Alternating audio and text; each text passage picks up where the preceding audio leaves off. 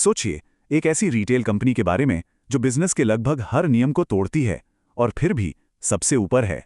आज हम डीमार्ट की इसी अविश्वसनीय कहानी को डिकोड करने वाले हैं, जो इंडियन रिटेल की दुनिया में किसी पहेली से कम नहीं है। यही तो वो मिलियन डॉलर सवाल है जो सबको हैरान करता है। दाम सबसे कम लेकिन मुनाफा सबसे ज्यादा। ये तो एकदम उल्टा हिसाब लगता है ना? तो चलिए आज इसी पहेली को परत दर परत सुलझाते हैं।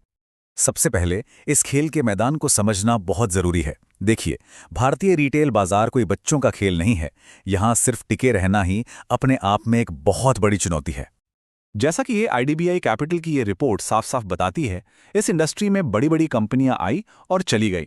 यहां कंपटीशन बहुत ज्यादा है और दांव हमेशा ऊंचे लगे होते हैं। और ये स्लाइड तो पूरी कहानी एक ही तस्वीर में बयां कर देती है। एक तरफ है डीमार्ट जिसका मुनाफा लगातार पॉजिटिव है और दूसरी तरफ है इसके ज्यादातर कॉम्पिटिटर्स जो नुकसान में हैं। ये ग्राफ दिखाता है कि डीमार्ट कुछ तो बहुत अलग और बहुत सही कर रहा है। तो डीमार्ट की जबरदस्त सफलता के पीछे का राज क्या है?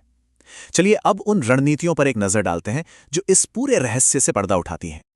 ये हैं वो 4 स्तंभ जिन पर डीमार्ट की पूरी इमारत खड़ी है। ये रणनीतियां पारंपरिक सोच के बिल्कुल खिलाफ जाती हैं और अब हम एक एक करके इन्हें समझेंगे।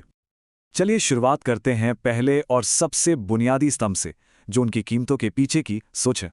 ईडीएलसी, ईडीएलपी सुनने में शायद थोड़ा टेक्निकल लगे, पर इसका मतलब बहुत सिंपल है। ये कोई 2 दिन की सेल या फेस्टिवल डिस्काउंट्स नहीं है। ये एक वादा है, एक भरोसा है कि ग्राहक जब भी डीमार्ट आएगा उसे हमेशा सबसे अच्छी कीमत मिलेगी। यह विश्वास बनाने की एक लंबी गेम है। अब सवाल यह है कि वो ये करते कैसे हैं। तो देखिए, वो सीधा मैन्युफैक्चरर्स से भारी मात्रा में सामान उठाते हैं।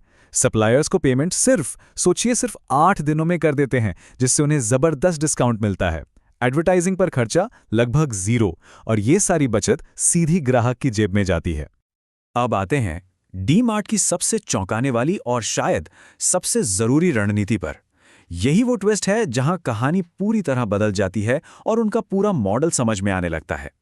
यहां देखिए, जहां पूरी इंडस्ट्री एसेट लाइट मॉडल पर चलती है, मतलब फटाफट फैलने के लिए दुकानें किराए पर लेती है, वहीं डीमार्ट ठीक इसका उल्टा करता है। वो अपनी जमीन और इमारतें खुद खरीदते हैं। ये एक बहुत ही साहसी और लीक से हटकर लिया गया फैसला है। और आईडीबीआई कैपिटल का ये कोट इसी रणनीति को सही ठहराता है। जमीन खरीदना सिर्फ लागत कम करने का तरीका नहीं है, बल्कि ये उन्हें अनुशासन में भी रखता है। इससे वो जल्दबाजी में गलत जगहों पर स्टोर खोलने से बच जाते हैं। चलिए अब आगे बढ़ते हैं और देखते हैं कि ये मालिकाना मॉडल उनके फैलने की रणनीति को कैसे एक नया आकार देता है। वो पूरे देश में स्टोर खोलने की होड़ में बिल्कुल नहीं है। जैसा कि इस मैप पर दिख रहा है, वो क्लस्टर मॉडल अपनाते हैं। मतलब एक ही शहर या राज्य में कई सारे स्टोर खोलते हैं। इससे उनका सप्लाई चेन मैनेजमेंट बहुत कुशल हो जाता है और लॉजिस्टिक्स की लागत बहुत कम हो जाती है। और ये नंबर 387 इसी बात का पक्का सबूत है। उनकी ताकत हजारों स्टोर खोलने में नहीं, बल्कि हर एक स्टोर को बहुत ज्यादा कुशलता से चलाने में है। गहराई फैलाव से ज्यादा जरूरी है। तो इन सभी लीक से हटकर रणनीतियों का नतीजा क्या निकला? अब हम सीधे उन आंकड़ों को देखेंगे जो इस सफलता की असली कहानी सुनाते हैं। और ये ग्राफ ये तो सब कुछ साफ कर देता है। डीमार्ट का रिटर्न ऑन कैपिटल एम्प्लॉयड 30% से भी ज्यादा है, जबकि ज्यादातर कॉम्पिटिटर्स इसके आसपास भी नहीं हैं। ये आंकड़ा उनकी रणनीति की सफलता का सबसे बड़ा और सीधा प्रमाण है। एक और सबूत देखिए, जहां दूसरे रिटेलर्स अपनी कुल बिक्री का 7 से 10% तक कर्मचारियों पर खर्च करते हैं, वहीं डीमार्ट सिर्फ 2% खर्च करता है। ये उनकी जबरदस्त एफिशिएंसी को दिखाता है, जो सीधे सीधे उनके मुनाफे को बढ़ाती है। और ये नंबर 0.04 उनकी फाइनेंशियल हेल्थ को दिखाता है। इसका मतलब है कि डीमार्ट पर लगभग कोई कर्ज नहीं है। रिटेल जैसे सेक्टर में जहां कंपनियां अक्सर विस्तार के लिए भारी कर्ज लेती हैं, ये एक बहुत बड़ी उपलब्धि है। तो डीमार्ट की इस पूरी सफलता की कहानी से हम क्या सीख सकते हैं? चलिए जो मुख्य बातें हैं उन्हें एक बार फिर से संक्षेप में समझते हैं। यहां 3 प्रमुख सबक हैं। पहला, स्थिरता को रफ्तार से हमेशा ज्यादा महत्व दें। दूसरा, अपने काम करने की कुशलता को ही अपनी सबसे बड़ी पहचान बनाएं।